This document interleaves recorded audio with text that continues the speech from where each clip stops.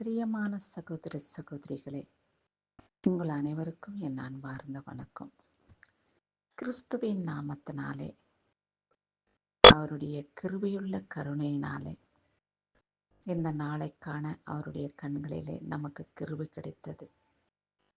அவருடைய வல்லமையினாலே, அவருடைய தயவினாலே இந்த நாளை நாம் கடந்து வர, இந்த நாளை அதிகாலை வேளையிலே இந்த நாளையும் கூட 5 நாட்களாய் கூட்டி கொடுத்த நம் தேவாதி தேவனுக்கு நாம் நன்றி இருதயத்தோடு அவருக்கு ஸ்தோத்திரம் செலுத்துவோம். ஆண்டவரே, இரவு பரியந்தம் எனக்கு அயர்ந்த நித்திரையை கொடுத்தீர்.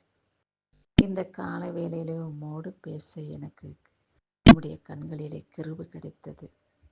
இந்த நாளையும் கூட 5 நாட்களாக எனக்கும் என் குடும்பத்தினருக்கும் நீர் அருளின மட்டில்லா நன்மைகளுக்காக, தயவுக்காக உமக்கு கொடான கூடி ஸ்தோத்திரம்.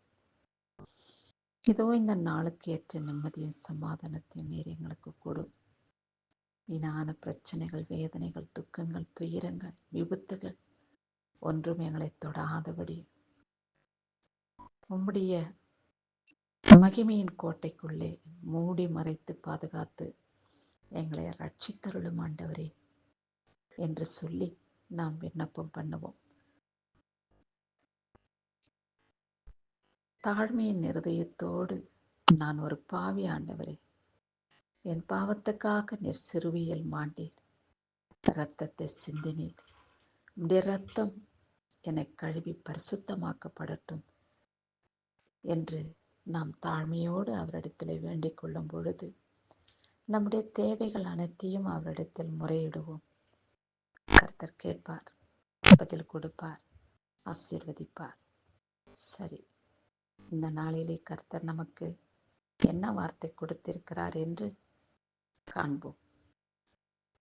யோசுவா 1 அதிகாரம் 9வது வசனத்திலே, கலங்காதே, நீ போகும் இடமெல்லாம் உன் தேவனாகிய கர்த்தர் உன்னோடு இருக்கிறார் என்று சொல்லப்பட்டுள்ளது.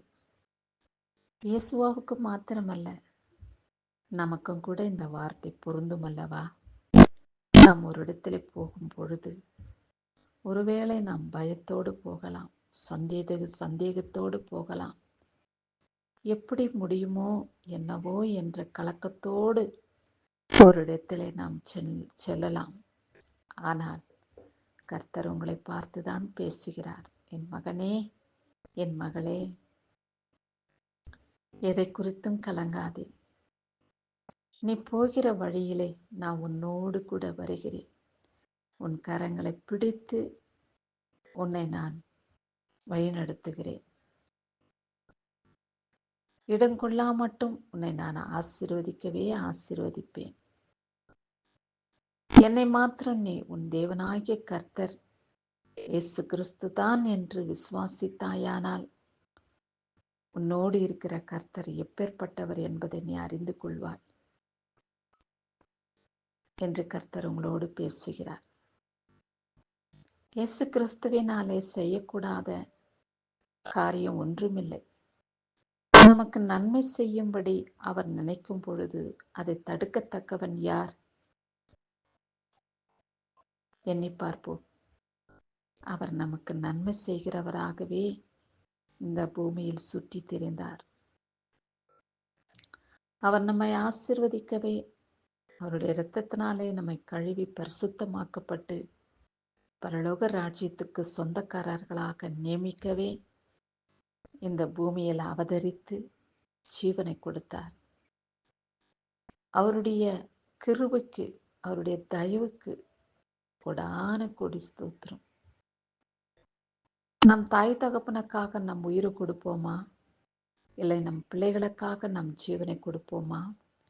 நம் சகோதரர்களுக்காக நாம் உயிர் விட ஆயத்தமாயிருப்போமா?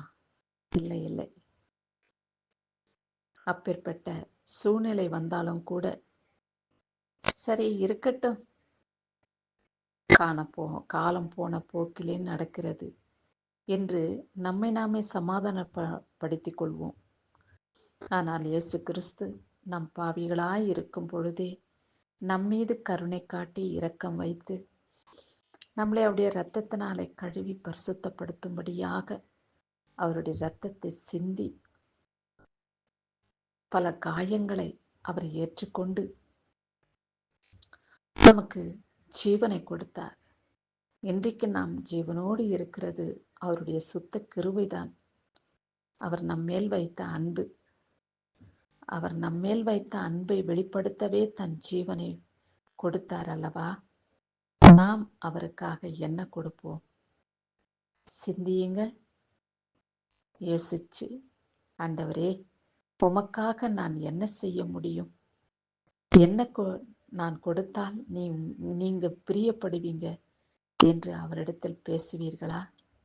அப்பொழுது அவர் உங்களோடு கூட பேசுவார். என் மகனே, என் மகளே, இவைகளை நீர் செய்தீர் என்றால் நான் இவைகளின் மேல் பிரியமாயிருப்பேன். ஏழைக்கு உதவ வேண்டும், எளியவர்களைக் கண்டால் பரிதபிக்க வேண்டும். பரிதபிக்கிறது மாத்திரமல்ல, அவர்களுக்கு உதவி செய்யவும் நாம் மனம் இறங்க வேண்டும்.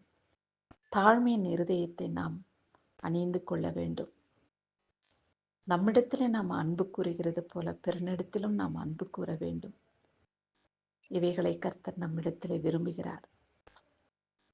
அவரை சேவிக்கவும், அவரை துதிக்கவும், அவர் வேத பகுதியை வாசிக்கவும், நல் நடத்தியாய் நாம் நடந்து கொள்ளவும், பொறுமையோடு சமாதானத்தோடு நாம் நடந்து கொள்ள கர்த்தர் எதிர்பார்க்கிறார்.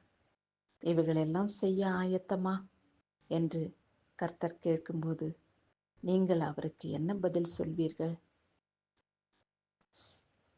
உங்களுக்கும் கர்த்தருக்குரிய வாக்குவாதத்தை, அன்பின் உறவுகளை நீடித்துக் கொள்ளுங்கள். கிறிஸ்துவுக்கே மகிமை உண்டாகட்டும். ஆமேன்.